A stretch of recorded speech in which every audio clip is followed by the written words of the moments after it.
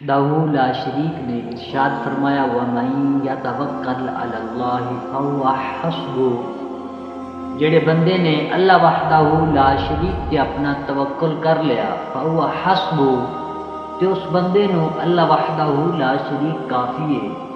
یعنی کہ جڑے بندے نے اللہ تے اللہ دے محبوب دے نال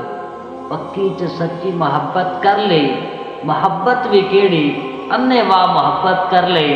جاؤ سمجھو تکنے جس بندے نے اللہ تے توکل کیتا،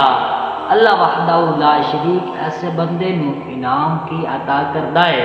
حضرت سلمان فارسی رضی اللہ تعالی عنہ جنہاں نے اپنا گھر بار ہر ایک چیز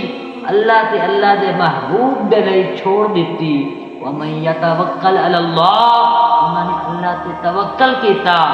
او تکنے اللہ وحدہ لا شریک نے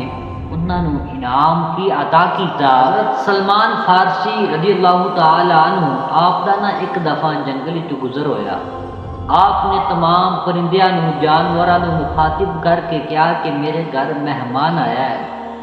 تے انہاں نو کھلان دے لئی کوئی چیز نہیں ہے، لہذا ایک ہرنی اور 10 پرندے میرے نال چل پو۔ جس ٹائم آپ نے ایک کیا نا تے ایک ہرنی اور 10 پرندے آپ دے نال چل پے، جس ٹائم چلے نا تے ویکھن والے لوگاں کیا کہ یہ کیویں ہو سکتا ہے، لوگ انہاں نو پکڑن دے لئی پتہ نہیں کنے طرح دے پلان بناندے نے، پھر جا کے لوگاں دے ہاتھ آندے نے تے سلمان نے ایک آواز لگائی ہے، سارے دوڑے چلے آئے نے، کیوں؟ میرا وجدان کہندا وے پرندیاں نے خود جواب دیتا ہوئے گا